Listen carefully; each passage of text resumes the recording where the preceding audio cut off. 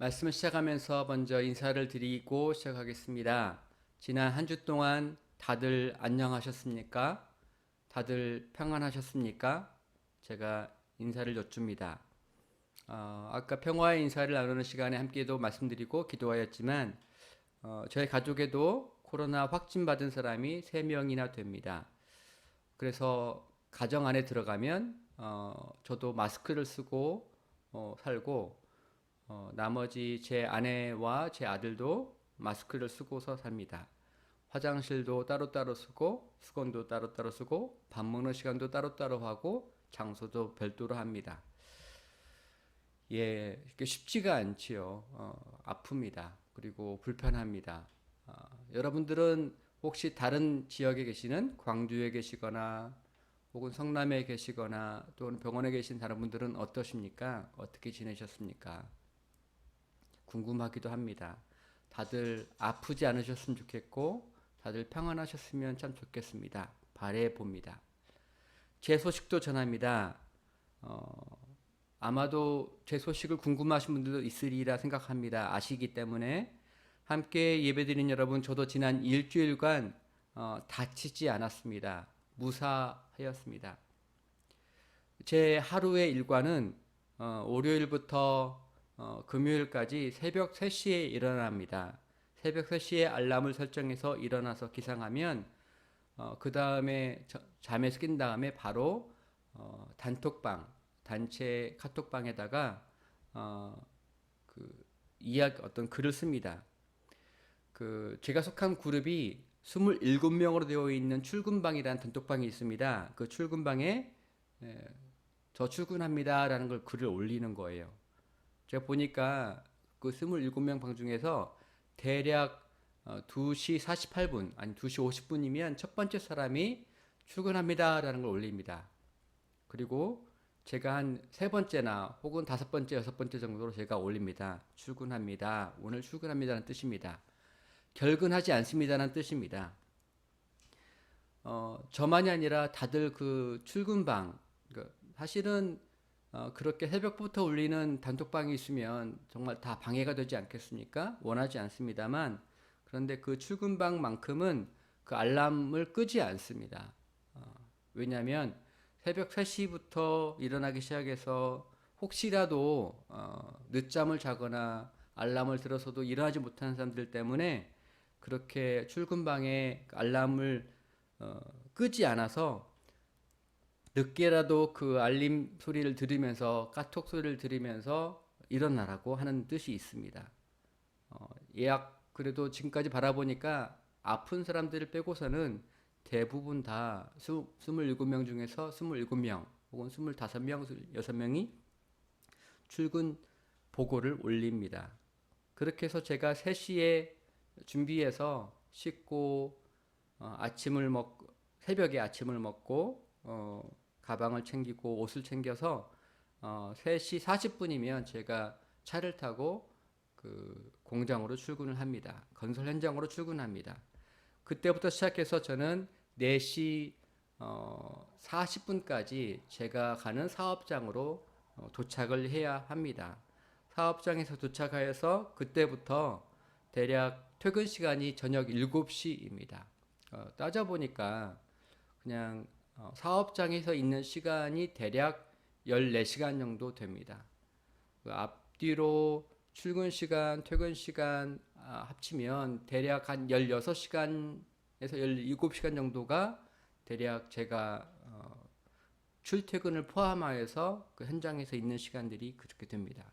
남은 시간이 많지 않습니다. 그래서 뭐든지 짧게 짧게 해야 하고 다른 걸 하기가 참 어렵습니다. 식사하는 것 외에 다른 걸 하기가 참 어렵습니다.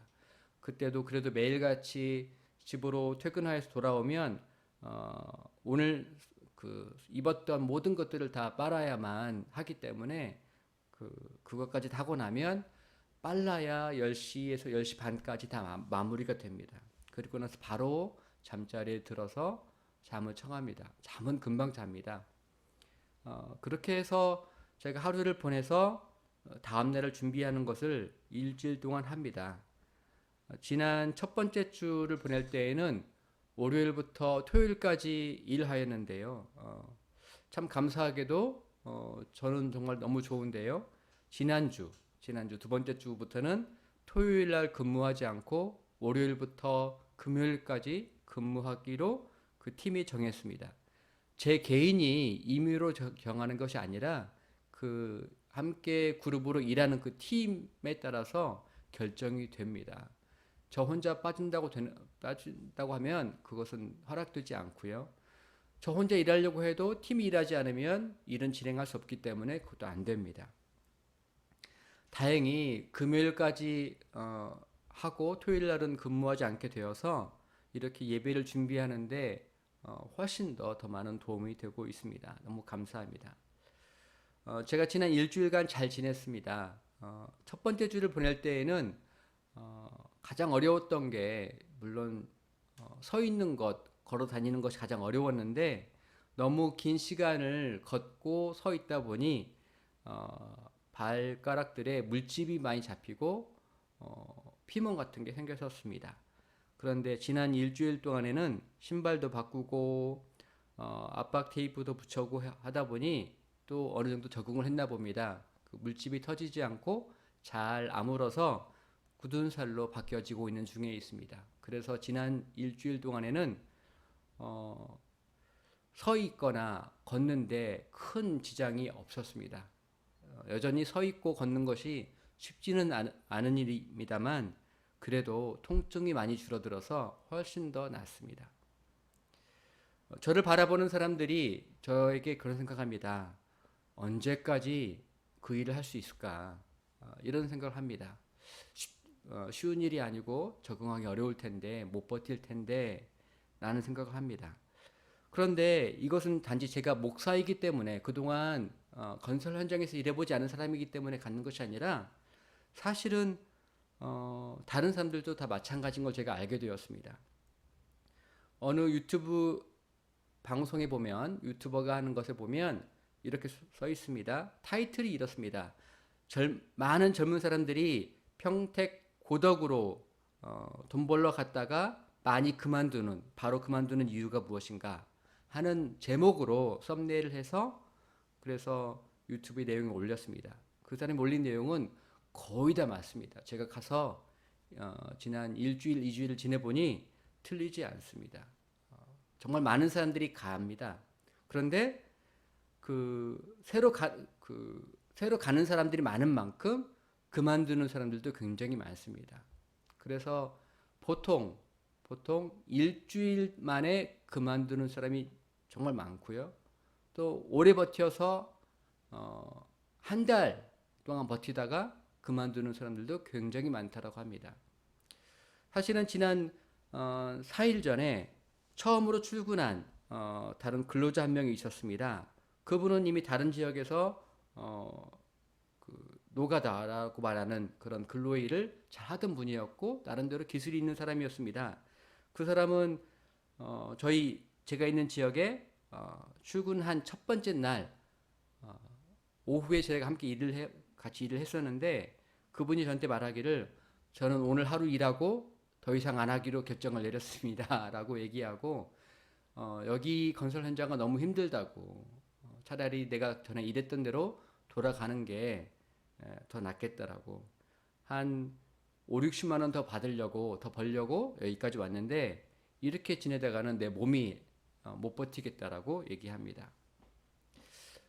그러니 단지 제가 한 번도 건설 현장에서 일해보지 않은 목사이기 때문에 힘든 것이 아니라 이 일이 그동안 건설업에서 종사하던 많은 사람들에게도 어려운 일이라는 것은 그냥 다 팩트인 것 같습니다.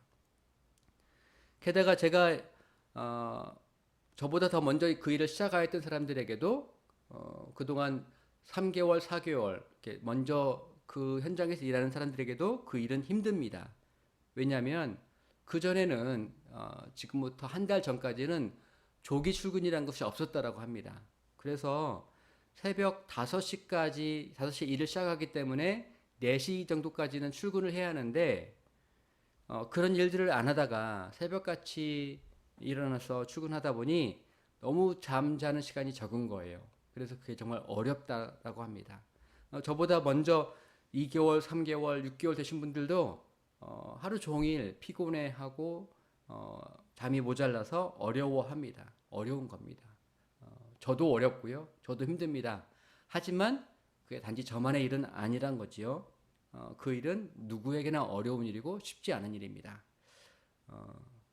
제가 한번 그 휴식 시간이 되어서 그 다른 사람들은 다 휴식 시간들을 마련해 줄 때 담배를 피러 갑니다만 저는 담배를 피지 않으니까 저는 휴게실로 갑니다. 휴게실에 갔더니 여러 군데가 있는데 그중 한 군데에 발판에 이렇게 좀 지압 같은 것을 하는 그런 것이 조그맣게 설치가 되어 있습니다. 하도 발이 아프고 그래서 지압을 하러 신발을 벗고 거기 올라갔습니다. 제가 그렇게 하니까 저를 보고서 다른 대략 20대로 보이는 20대 한 후반쯤 되어 보일까요? 중반쯤 보일까요? 그런 젊은 친구가 저를 따라서 신발을 벗고 그 지압하는 데에 올라왔습니다. 제가 열심히 다리를 풀고 있는데 그 친구도 열심히 옆에서 다리를 풀려고 노력하고 있습니다. 제가 그 친구한테, 젊은 친구한테 한 번도 본 적이 없는 그 친구한테, 젊은이한테 이렇게 말했습니다. 힘들지요? 힘들어요. 이렇게 말했더니 그 친구가 정말 힘들어요 라고 대답하더라고요. 정말 힘들어요. 제가 그래서 그 대답에 대해서 맞아요. 다 힘듭니다. 라고 했더니 자기는 자기만 힘든 걸로 생각했다고 합니다. 자기와 비슷한 또래 다른 사람들은 있는데 그 사람들은 다 어렵지 않게 하는 것 같은데 자기만 너무나 어렵고 너무나 고통스럽고 못 버틸 것만 같았는데 누구나 다 힘든다는 말을 들으니까 너무 힘이 된다라고 얘기합니다. 그래서 옆에 있는 그 사람에게 이 일이 어떤 일인지 다른 사람들은 어떻게 말하는지 제가 들은 얘기들을 함께 나누어 주었습니다. 짧은 시간 동안 한 5분, 6분 동안 같이 이야기했는데 젊은 그 친구가 그래도 좀 마음의 격려가 되었는지 잘 버텨보겠다라고 말을 하고 다시 복귀하였습니다. 일이 그렇습니다. 사람이 자기가 힘들 때, 고통스러울 때 나만 정말 힘들고 나만 고통스러운 것 같고 다른 사람들은 다 버텨도 나는 못 해낼 것만 같습니다. 그런 생각이 듭니다. 내가 아플 때, 내가 힘들 때, 내가 좌절할 때 다른 사람의 모습은 잘 보이지 않습니다. 왜 나만 이렇게 힘들까? 나는 여기에 적합하지 않은가 보다 라고 생각이 됩니다. 그래서 그 일을 그만두게 됩니다. 물론 그만두어도 괜찮습니다. 하지만 분명한 것은 그만두더라도 분명한 것은 나만 힘든 것이 아니라 누구나 힘든 것이고 그런데 그 힘든 과정들을 서로 격려하지 못하기 때문에 버티지 못한다는 것입니다. 제가 그곳에 있으면서 작은 말 한마디가 굉장히 중요한 역할을 할 때가 있는 거구나. 그런 생각이 듭니다. 만약에 제가 같이 근로하지 않고 있었더라면 그 아프고 힘들고 고통스러운 것을 제가 이해하지 못하고 있었더라면 아니 저는 그냥 사무실에서 근무하는 사람이었더라면 그 젊은 친구에게 힘들지요. 정말 힘들어요. 저도 정말 힘들더라고요. 라고 말했을 때 그 친구에게 아무런 위로도 격려도 되지 못했을 것입니다. 그런데 제가 같이 힘들고 나도 시작한 지 일주일밖에 되지 않았다. 정말 힘들고 지치고 졸려서 미치겠다라고 하니까 그 친구가 이미 그걸 겪고 있는 중에 있었거든요. 그만두고 싶었거든요. 그런데 그 말을 듣고 나서 힘을 얻었습니다. 얼마나 갈지 모르겠습니다만 적어도 그 순간만큼은 그것이 그에게 도움이 되었습니다. 그렇습니다. 우리는 점점 더 누군가에게 도움이 되려고 더 높이 올라가려고 하고 잘 되려고 합니다. 생각보다 더 많은 지식을 갖고 생각보다 더 높은 지에 올라갔을 때 잘 위로자가 되기는 정말 어렵습니다. 위로? 나보다 건강한 사람이 아픈 사람한테 위로가 될 수 있다고 생각하십니까? 전혀 되지 않습니다. 건강한 사람이 하는 말은 당신은 몸이 건강하니까 말을 하는 것이지 라고 생각합니다. 이와 같은 일을 똑같이 경험했던 것이 바로 욥입니다. 욥이 사단으로부터 시험을 당하기 전에도 이 사람은 정말 의로운 사람이었습니다. 좋은 사람이었습니다. 그러니까 낙심한 사람, 어려운 사람을 만날 때마다 경제적으로 도와주기도 하고 하나님을 바라보라고 이야기도 해주고 격려도 하고 위로도 많이 하였습니다.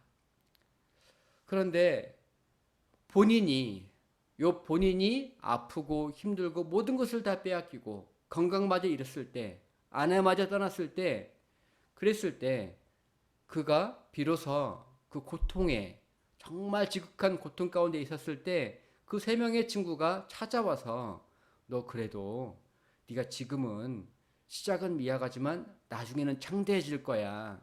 그런 말 들었을 때 그런 말들이 전혀 위로가 되지 않았습니다. 하나님을 기억하라고 하는 말들이 전혀 도움이 되지 않았습니다. 오히려 그 친구들에게 역정을 내었던 것들을 우리는 성경 말씀을 통해서 볼 수가 있고 읽을 수가 있습니다. 위로자가 된다라고 하는 것 그렇게 쉬운 것이 아닙니다. 위로자가 되려면 함께 고난을 겪을 수 있고 함께 아픔을 겪어야만 비로소 위로자가 될 수 있는 능력이 생깁니다. 우리가 똑똑하고 더 높은 지위에 있고 더 잘 살게 되는 것이 우리가 갖고 있는 그와 같은 힘들이 위로의 능력이 되지 못하는 것들을 여러분 기억하시길 바랍니다. 제가 이렇게 하루를 바라보면서 지내보면서 오늘 우리에게 주시는 자유를 생각해 보았습니다. 오늘 성경 말씀 빌립보서 2장에는요. 예수님께서 어떻게 하셨는지를 우리에게 보여주고 있습니다. 오늘 사도 바울이 이렇게 말하지요. 너희 안에 이 마음을 품으라. 이 마음은 누구의 마음입니까? 그리스도 예수의 마음입니다. 그리스도 예수 안에 이 마음이 있었기 때문에 그분이 이렇게 하셨다라고 말하고 있는 것입니다.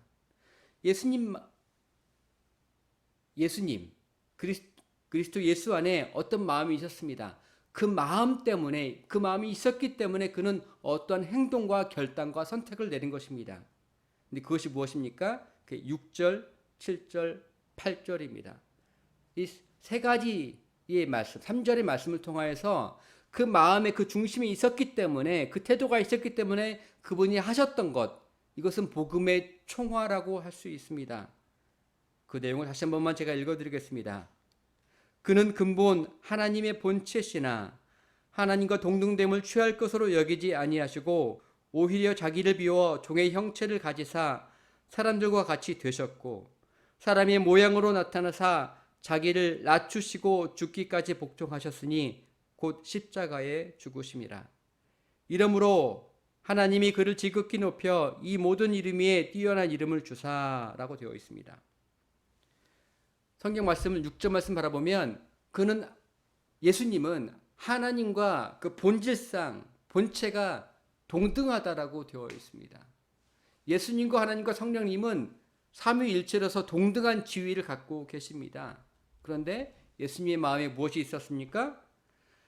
본체 하나이시지만 동등한 지위이시지만 그분은 그 동등됨을 취할 것으로 여기지 아니하시고 나 너랑 똑같아.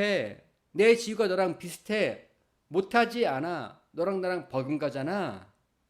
라고 생각하지 않으시고 7절 말씀 오히려 자기를 비워 종의 형체를 가지사 사람들과 같이 되셨고 그분이 하신 것이 무엇입니까?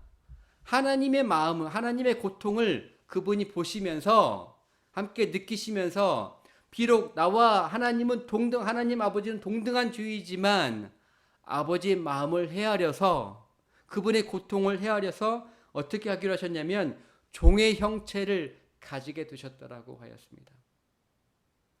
여기서 중요한 것 중 하나는 하나님 아버지가 그 아들 되시는 예수님한테 부탁하신 게 아니란 것입니다.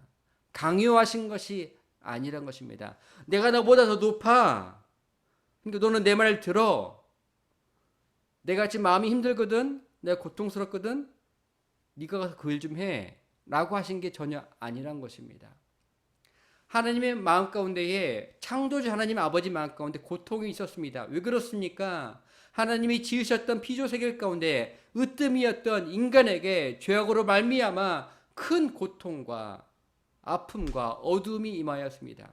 그들이 영생의 호흡으로부터 끊겨져 버렸습니다. 그것이 그걸 지으셨던 창조주에게는 큰 고통이요, 아픔이었습니다. 눈물이었습니다.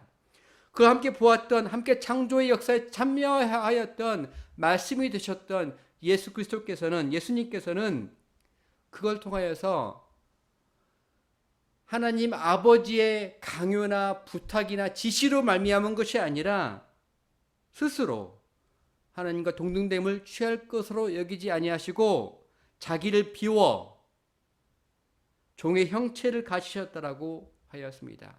종이 되기로 하신 것입니다. 그분이 인간이 되신 것은 우리가 자식을 낳는 것과 다른 것입니다. 우리 모양과 우리의 똑같은 지위의 아들과 딸을 낳습니다. 근데 예수님께서 우리 인간이 되셨다라고 하는 것은 전혀 다른 의미인 것입니다. 우리가 아무리 고양이를 좋아하든, 우리가 아무리 앵무새를 좋아하든, 우리가 아무리 뱀을 좋아하든, 어떠한 좋아하는 반려동물이 있다 할지라도 그렇게 태어나고 싶으십니까? 그러진 않지 않습니까? 아무리 사랑한다고 해도 우리는 개의 모습으로 태어나고 싶어 하진 않습니다. 아무리 사랑한다고 해도 고양이의 새끼로 태어나고 싶어 하진 않습니다.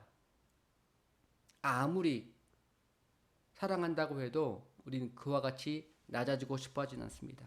근데 예수님께서는 본체가 하나님이신데 아버지의 마음을 헤아리사 종의 형체를, 그러니까 인간의 모습을 가지시기로 결단을 내리시고 선택하셨던 것입니다. 이것이 예수님이 가지신 자유이십니다.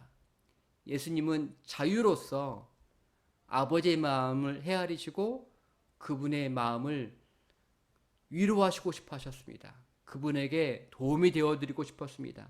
그 길이 무엇이었냐면 종의 형체를 가지사 사람들과 같이 되셨다라고 되어 있고, 사람들과 같이 되어진 것만 해도 어마어마한 일이었는데, 도저히 사람으로서는 할 수 없는 일이었는데 거기서 훨씬 더 나아가지십니다. 사람까지 내려오신 것만 해도 너무 많이 내려오신 거였는데, 그분은 그 다음에 사람의 모양으로 나타나사 자기를 낮추시고 죽기까지 복종하셨다라고, 그것을 복종하시기를 십자가에 죽기까지 하셨다라고 되어 있습니다. 이것이 예수님의 자유입니다. 예수님은 하나님을, 아버지를 생각하는 그 깊은 마음 때문에 아버지의 고통을 헤아리고 그 고통을 내버려 둘 수가 없어서 제가 할게요, 아버지. 아버지의 아픔을 제가 해결해 드리고 싶어요. 제가 내려갈게요. 예수님의 자유, 예수님의 선택이셨던 것입니다. 그 속에서 인간의 모양으로 되셨고, 그 속에서도 더 밑에까지 십자가에 죽기까지 내려오셨습니다. 이것이 예수님의 모습입니다.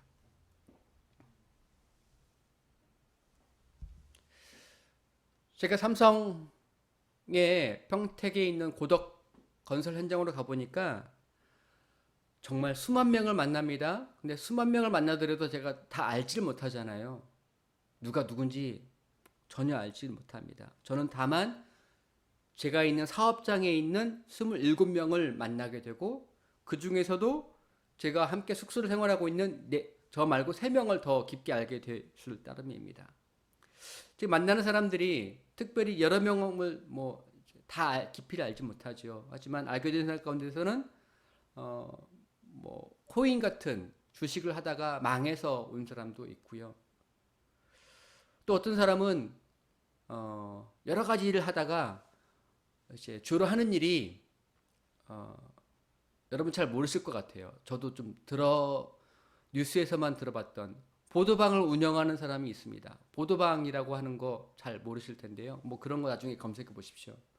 보도방 업주를 하는 사람도 같이 들어와 있습니다. 또 저랑 같이 룸메이트를 하는 사람도 있는데요. 그분은 고등학교 졸업하고 연결되었던 일이 뭐였냐면, 저는 정확한 용어는 잘 말씀을 못 드립니다만, 그 일종의 일수라고 하는 사채업의 하나죠. 일수놀이라고 하는 것에 오랫동안 있다가 많은 돈을 만져보기도 하고 써보기도 하고 다 하다가 한 10년 전부터 건설 현장에 근로자로서 일을 해왔던, 뭐 그 다음에도 돈을 뭐 많이 만졌던 사람이었습니다. 보증도 많이 서서 돈도 많이 이제 내야 했었고요. 어려움을 많이 겪었습니다.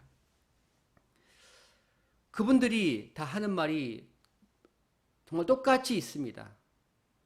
내가 여기 돈 때문에 와 있지, 내가 돈만 많아봐라. 내가 뭐가 좋다고 여기 있겠냐. 나 여기 정말 오고 싶지 않다. 조기 출근하는 거 정말 사람 잡는 것 같다. 내가 돈만 벌면, 돈만 내 그 기본 자금만 생기면, 내 이 빚만 해결할 수 있으면 내가 다시는 여기 오지 않는다. 저는 한 번도 이와 같은 인생을 만나본 적이 없는 것 같아요. 제가 그렇게 보도방을 운영하는 사람이거나 일수꾼으로 사채업을 하시는 분들이거나 이런 분들과 제가 한 번도 인생을 같이 공유해 본 적이 없습니다. 대학을 졸업하고 이것저것 일들을 해봤지만 대부분의 시간을 저는 교회에서 보냈습니다.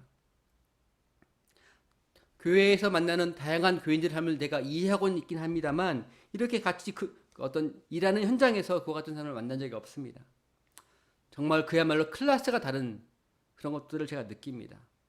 그분들도 저에 대해서 그렇게 느끼는 것 같아요. 좀 이 사람은 나와 같은 사람이 아니다. 여기 있을 사람, 당신 여기 왜 와 있어? 이렇게 바라보는 것 같아요. 얼마나 여기를 버틸 수 있겠어? 이렇게 바라보는 것 같습니다.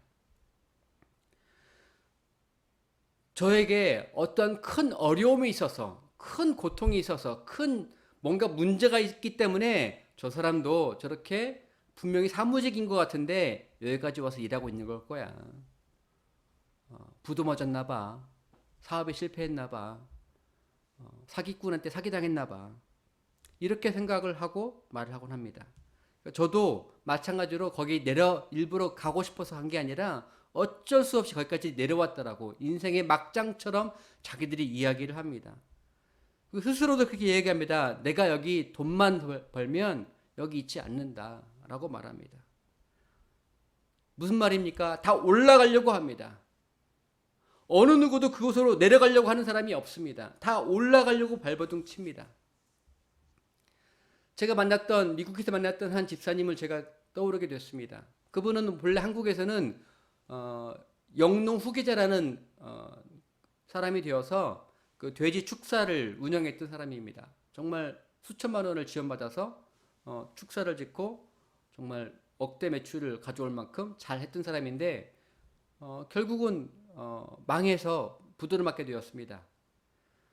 국가로 받았던 보조금을 갚아야 하는 빚쟁이가 되어버렸는데 그 빚을 갚을 그 빚이 너무 크니까 본인 생각에는 여기서는 소망이 없다라고 생각하고 빚을 못 갚을 것 같으니까 결국은 도망을 쳤습니다.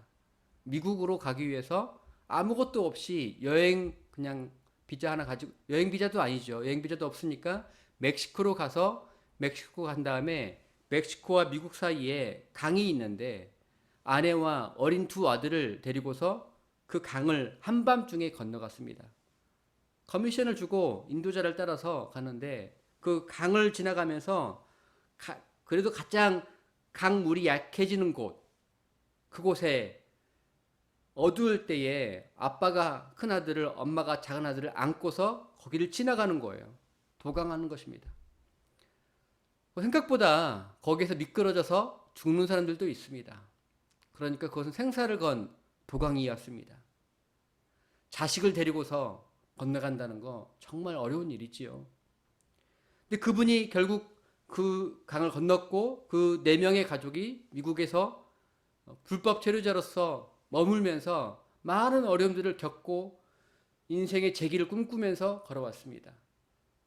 그리고 마침내는 정말 제가 최근에 작년에 제가 그 집에 가서 방문했는데요. 정말 이제 시민권자도 되고 굉장히 큰 집에서 이제는 사업을 하면서 잘 살고 있었습니다. 얼마나 그 모습 보고서 제가 뿌듯하고 좋아하는지 모릅니다. 어떤 인생을 사는지를 제가 잘 알기 때문에 우리는 보고서 정말 너무너무 뿌듯하였었습니다.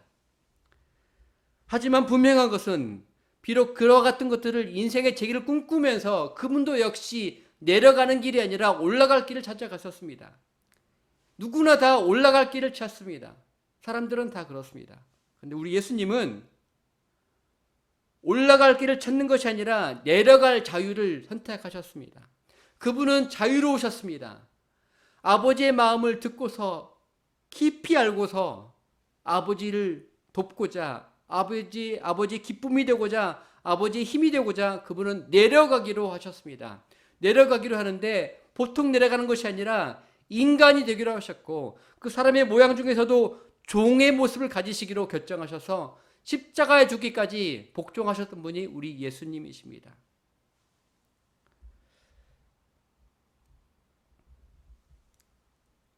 사랑하는 예배자 여러분, 그리고 예수님을 믿는 성도 여러분, 예수님을 믿는다라고 하는 것은 나를 올려줄 분을 찾는 것을 가리키는 것이 아닙니다. 내가 이미 바닥까지 내려가고 더 내려가서 올라갈 그 보이지 않을 때 우리 예수님은 내가 너를 올려줄게, 나를 믿어봐 라고 이야기하지 않습니다. 많은 교회가 그렇게 이야기합니다. 예수를 믿어보세요. 건강해집니다. 예수를 믿으시면 여러분의 사업이 성공합니다. 예수를 믿으시면 여러분이 승진할 것입니다 라고 말한다면 그것은 참된 복음이 아닙니다. 복음은 그렇게 가는 것이 아니라 하늘의 영광을 버리고 이 땅에 내려온 것이 바로 복음입니다. 근데 우리는 너무나 쉽게 여러분 복음을 믿으세요. 복음을 들으세요. 복음을 들으시면 여러분의 사업이 성공하시고 여러분의 마음이 평안해지시고 여러분의 모든 일들이 잘 풀릴 것이며 마침내 여러분이 영생에 갈 줄 믿습니다. 이걸 들으셨다라고 한다면 여러분들이 왜 여러분 마음 가운데에 세상이 흔들지 못하는 평안이 왜 없을까? 그게 바로 그 이유가 됩니다. 여러분, 그와 같은 것은 믿음이 없는 세상 사람들도 원하는 거 아니겠습니까? 내가 덜 뭘 믿으면 나한테 모든 일이 잘 풀린대. 그럼 믿지 왜 안 믿겠습니까? 예수님은 복음은 그와 같은 것이 결코 아닙니다. 복음은 내려가는 것이었습니다. 그렇기 때문에 많은 부유한 사람들이 예수님을 도저히 믿지 못하는 것이었습니다. 왜냐하면 지도자의 삶이 내려가는 것이었는데요. 지도자는 내려가고 있는데 그 제자는 높아지려고 하고 있다면 그게 맞겠습니까? 맞지가 않는 것입니다. 그래서 잘 사는 사람들, 부유한 사람들, 성공한 사람들한테 예수님을 믿는 것은 정말 어려운 일이었었습니다. 그런데 한국교회에서는 그 부유한 사람들에게, 성공한 사람들에게 예수 믿는 길을 가르쳐 준다고 말합니다. 걱정하지 마세요. 저희 교회 다니시면 여러분 사업을 전혀 포기하지 않고서도 예수님을 잘 믿고 천국에 잘 갈 수 있습니다. 여러분 잘 알고 믿으시기를 바랍니다. 성경이 그걸 말하고 있는지 알고 믿으시기 바랍니다. 우리 예수님은 그렇게 위로자가 되신 것이 아니라 정말 이 밑에까지 내려오셔서 바닥까지 내려오셔서 우리의 연약함을 다 체휼하시고 우리의 고통을 다 체휼하신 다음에 우리를 위로하여 주시고 내가 너와 함께 하겠다고 얘기하시면서 우리를 어두운 데에서 이끌어내셔서 밝은 빛으로 인도하여 주시는 분이십니다. 사랑하는 형제자매 여러분, 예수님은 우리를 참된 자유를 주시려고 부르셨습니다. 우리가 돈이 많아서 생기는 자유가 아니라, 건강해서 생기는 자유가 아니라, 건강이 없어도 있는 그 자유, 돈이 없어도 있는 그 자유, 그 자유를 주고 싶으셔서 이 땅에 오셨습니다. 저에게 그와 같은 자유가 있었으면 좋겠습니다. 제가 일주일을 넘게 2주일 동안 제가 고덕 건설 현장에 있어 보니 제 몸이 아프고 제 다리가 아프고 지치고 힘들다 보니까 누구를 선대하는 것이, 누구를 배려하는 것이 정말 어렵습니다. 내가 쉬고만 싶습니다. 조금이라도 더 쉬운 것을 선택하고 싶고 조금이라도 더 가벼운 것을 선택하고 싶습니다. 무거운 쪽을 피하려고 자동적으로 발이 움직여집니다. 눈치를 봐서 미리미리 움직입니다. 혹시라도 나를 시킬까 봐. 그게 사람 아니겠습니까? 다른 사람들이 다 그렇습니다. 저도 마찬가지입니다. 하나님께서 저의 성령의 마음을 가득 채워주시기를 이 시간 기도해 주셨으면 좋겠습니다. 그래서 제가 살아가는 현장 속에서 사람들을 만날 때 예수님의 마음을 품고 만날 수 있도록 저를 위해서 기도해 주시기 바랍니다. 아니, 저는 여러분들을 위해서 기도하겠습니다. 여러분들이 동등할 것을 주장하는 자들이 아니라 종의 형체를 가질 그 마음, 사랑하는 마음과 아끼는 그 마음, 성령의 그 마음이 가득 찬 것 때문에 그렇게 갈 수 있기를 축복합니다. 근데 여러분, 절대로 눈치 보면서 하지 마십시오. 여러분 마음 가운데 부담이 있다라면 하지 마십시오. 여러분, 예수님께서 제가 처음에 말씀드렸던 것처럼 하나님이 부탁해서, 하나님이 지시해서, 하나님이 강요해서 어쩔 수 없이 종의 형체를 가지시고 이 땅에 십자가를 매신 것이 결코 아니란 것입니다. 신앙은 결코 그와 같은 것이 아닙니다.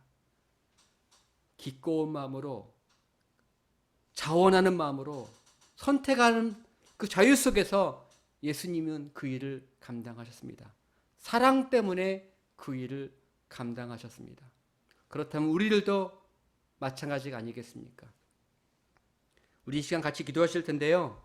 기도하시면서 주님, 제 마음에 그동안 가짜 복음을 들어왔다고 한다면 이제는 참된 복음을 만나고 경험하고 그 복음 안에서 머물게 도와주셔서 제 안에 어떠한 선행이든 어떠한 격려든 어떠한 배려든 그 모든 것이 누군가의 눈치를 봐서가 아니라 내 안에서 참된 마음, 사랑과 위로가 흘러넘쳐서 성령의 그 마음 때문에 제가 누군가에게 눈물을 닦아주고 누군가를 힘을 덜어주고 짐을 나눠주는 자로 걸어갈 수 있도록 저를 도와주셔서 함께 같이 기도하시겠습니다.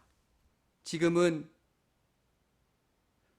기꺼이 우리를 위하여서 이 땅에 내려오시기로 결단하셨던 예수 그리스도의 크신 은혜와 아버지 하나님의 자식을 내어주셨던 그 사랑하심과 성령 하나님의 깨닫게 하심과 기다려주심과 마침내 견디게 하여서 승리케 하시는 모든 역사하심이 함께 예배드리는, 함께 기도하는, 함께 찬양하는 모든 예배자 위에, 형제 자매 위에, 우리들의 자녀 위에 이제로부터 영원토록 함께 하시기를 간절히 축원하옵나이다. 아멘.